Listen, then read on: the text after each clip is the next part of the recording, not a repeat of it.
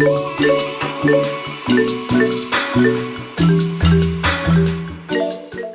guys! Welcome back sa panibago kong video. I am CL and this is Madam C channel.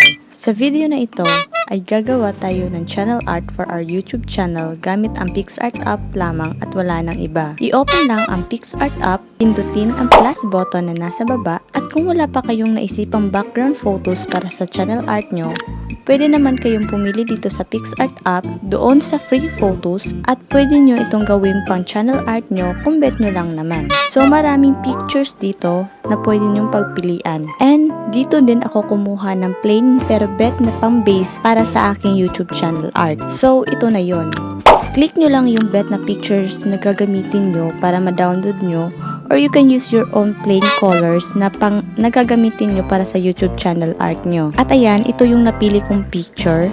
Dito naman, i-resize lang natin yung picture sa TV size ng YouTube channel art na may 258 width times 1440 ang height sa thumbnail ng YouTube channel art para fit na fit siya doon sa mismong size ng YouTube channel art. After natin ma-resize yung picture, isave na natin yan. So, yun na yung base na gagamitin ko. And after saving, wag na lumabas sa Picsart app.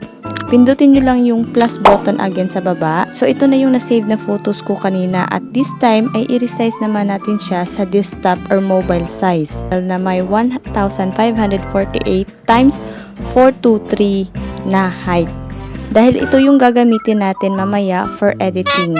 So, after resizing again, so, isave na lang natin to. And again, wag na lumabas sa Picsart app. I-click nyo lang again yung plus button na nasa baba. At ayan, ito yung dalawang picture na na-resize natin kanina na na-save natin ngayon. So, yung unang picture na na-save natin is para sa TV size ng white ng ating channel art. At yung pangalawa naman ay para sa mobile size ng channel art natin. So, i-click lang natin yung para sa mobile size na base natin dahil dito tayo mag-e-edit. Pwede na natin lagyan ng channel art name natin sa YouTube or picture mo ba or mamili kayo ng fonts or picture nyo na gusto nyo or bet nyo lang naman kung anong gusto nyong type or design para sa channel art nyo. And for me, yung design ko lang is simple lang, yung name lang ng YouTube channel ko. At syempre, same sa akin, pwede din kayong magdagdag ng social media logo tulad ng Facebook, YouTube, TikTok, email at iba pa. Punta lang kayo sa stickers at isearch nyo lang ang keywords like Facebook or yung YouTube, ganun lang. Para ma-align nyo naman yung paglagay ng email nyo or yung pangalan ng Facebook nyo or yung Instagram nyo, i-zoom in nyo lang para hindi kayo mahirapan mag-align ng words nyo. So ito na yung channel art na ginawa ko. Nilagyan ko lang ng name ng YT channel ko, ng YouTube channel ko, at social media logo at names ko doon sa mga social media na ginamit ko like IG, Twitter, Facebook at iba pa, at yung email ko pala. So ito na yung final na YouTube channel art ko. So dito tayo nag-edit ng mga names, pictures, and designs para sa channel art natin. Dahil yung mobile size ang pinaka-safe lagyan nito. And halos lahat ng mga tao ngayon ay gumagamit ng smartphone or desktop or laptop. Kaya dito yung size na perfect for that. But you can also design the whole TV size kung bet nyo lang naman. So, after natin matapos makapag-edit, i-save na natin ito. So, i-click nyo yung first photo na niresize natin kanina para sa TV size. Nakalimutan ko pala na mag-download din kayo ng YouTube channel thumbnail size sa Google para dito. So, ito yung TV size na channel art base ko at ayan, ito yung size niya.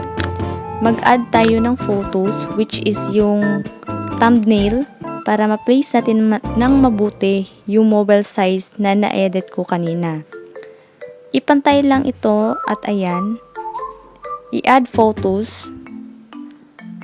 I-add photos na natin yung na-edit natin at i-place natin siya dito sa desktop or mobile size ng maayos. Ayan. So, pwede na natin i-delete itong thumbnail na picture. At ayan, kung makikita nyo, tapos na nating nalagay yung mobile size dito sa TV size na thumbnail natin. At makikita nyo na hindi halata na nag-resize tayo dito sa TV size. Kaya perfect fit talaga siya yung na-edit natin. So, after nito, is-save na natin siya para mailagay na natin siya sa ating YouTube channel. After saving sa channel art na ginawa natin, ay mag-exit na tayo dito sa Picsart app. Punta tayo sa Google Chrome, i-search ang YouTube, i-request desktop site doon sa 3 dots para maging pang-computer yung itsura niya. I-click ang Customize Channel, i-tap nyo ito or yung old channel art nyo para makita nyo yung pencil or yung pen. I-zoom nyo lang para makita nyo yung pen, tapos i-click nyo yan para piliin ang edit channel art. Tapos, i-click nyo yan, i-click yung blue sa gitna, punta sa photo library, para piliin yung channel art na ginawa natin or yung na-edit natin kanina. Hintayin na ma-upload at ayan, tapos na. So, ganito ang magiging itsura ng channel art nyo pag nasa mobile, TV, or laptop, or desktop. Then, isave na natin yan. And ayan, na-change na siya. So, punta tayo sa YouTube app natin para tingnan yung changes. And that's all. Thank you for watching. Please subscribe to my channel and click the notification bell for more upcoming videos.